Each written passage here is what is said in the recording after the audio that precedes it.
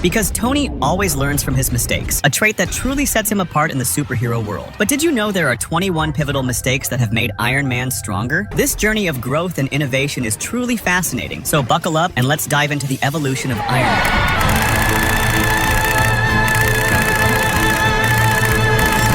Starting from the beginning, when Tony was captured in Afghanistan, he found himself helpless, without a way to return home. To prevent this from happening again to himself or his loved ones, he fixed this mistake. We first saw this in Spider-Man: Homecoming, where Peter Parker discovered that Tony had added a GPS tracker to his suit. While Tony initially used it to keep tabs on Peter, but the idea was born from his urgent need for a tracking system during that critical moment. Moving on to the second mistake, when Tony was creating his Mark II armor in Iron Man 1, in this scene, we all thought he was testing his wrist repulsor. However, he was actually making his flight stabilizers. This is a flight stabilizer. It's completely malfunctioning.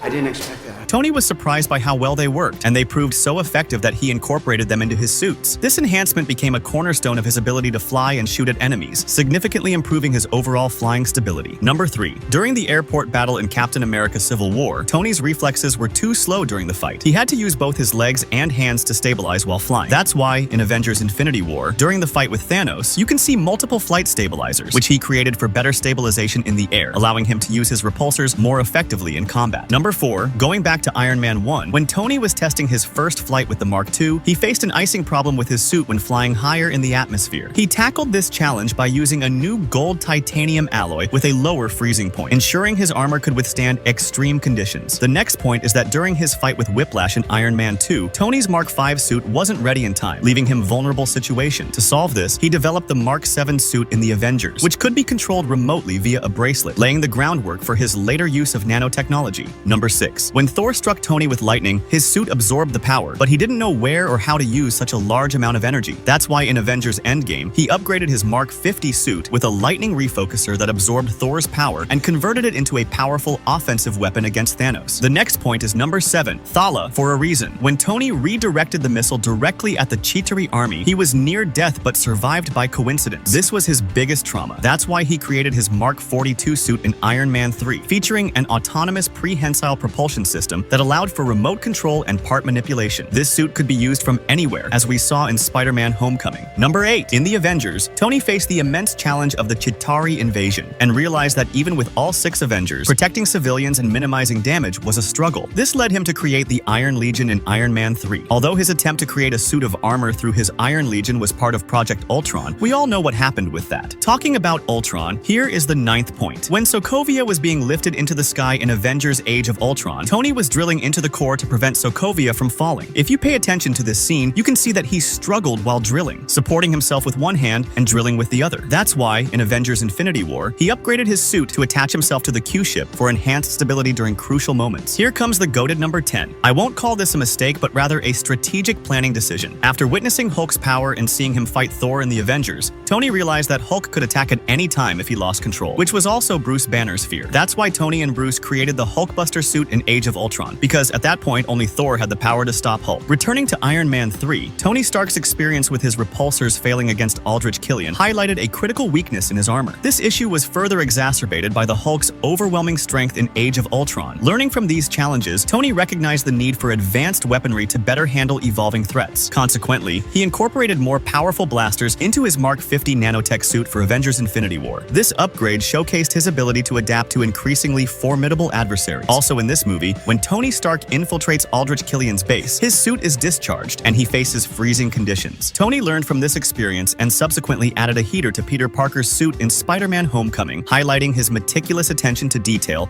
and commitment to improving his technology. Following his capture by Aldrich Killian in Iron Man 3, Tony, much like in Iron Man 2, had to wait for his suit, which left him vulnerable. To address this, he developed nano gloves for emergencies. These gloves, equipped with a mini arc reactor that powers them, help protect him in sudden situations. Number 14. When Aldrich Killian used his power to melt Tony Stark's suit in Iron Man 3, the suit automatically opened whenever it was exposed to heat, an issue also seen with War Machine's suit. However, Tony Stark is known for learning from his mistakes. He addressed this problem in Age of Ultron. During the battle to prevent Sokovia from crashing, the city acted like a meteorite, with its lower portion turning red from intense heat. Despite these extreme conditions, Iron Man's suit did not open automatically. Number 15. After surviving a devastating attack on his home by Aldrich Killian, Tony Stark was deeply motivated automated to enhance the safety of those he cared about. This led him to create the rescue suit specifically for Pepper Potts. The rescue suit, which made its notable appearance in Avengers Endgame, was so advanced that its reflexes even surpassed those of Tony's own suit. This not only highlights Tony's advanced technological prowess, but also his profound concern for his loved one's safety. The suit exemplifies his commitment to ensuring that Pepper could protect herself in dangerous situations. Number 16. In Captain America Civil War, when Tony couldn't reach Captain America's Quinjet, he upgraded his suit in Infinity War with new thrusters, enhancing his ability to intercept and catch spaceships. Number 17. In Captain America Civil War, Iron Man's aiming system gets badly damaged during the fight with Captain and Bucky. He upgrades it in Infinity War, where you can see that he now has auto-aiming missiles, which he only needs to think about to activate. Then the next point is when Rhodey fell, and there was nothing to protect him. Iron Man fixed this by adding a parachute to Spider-Man's suit. Number 19. Although Peter Parker has considerable strength, Tony noticed that he sometimes needed extra stabilization. To address this, Tony incorporated tentacles reminiscent of Dr. Octopus into Spider-Man's suit. These enhancements improved Peter's maneuverability and provided additional support during complex movements. The next point is my personal favorite. When Tony realized that he couldn't defeat Captain America in hand-to-hand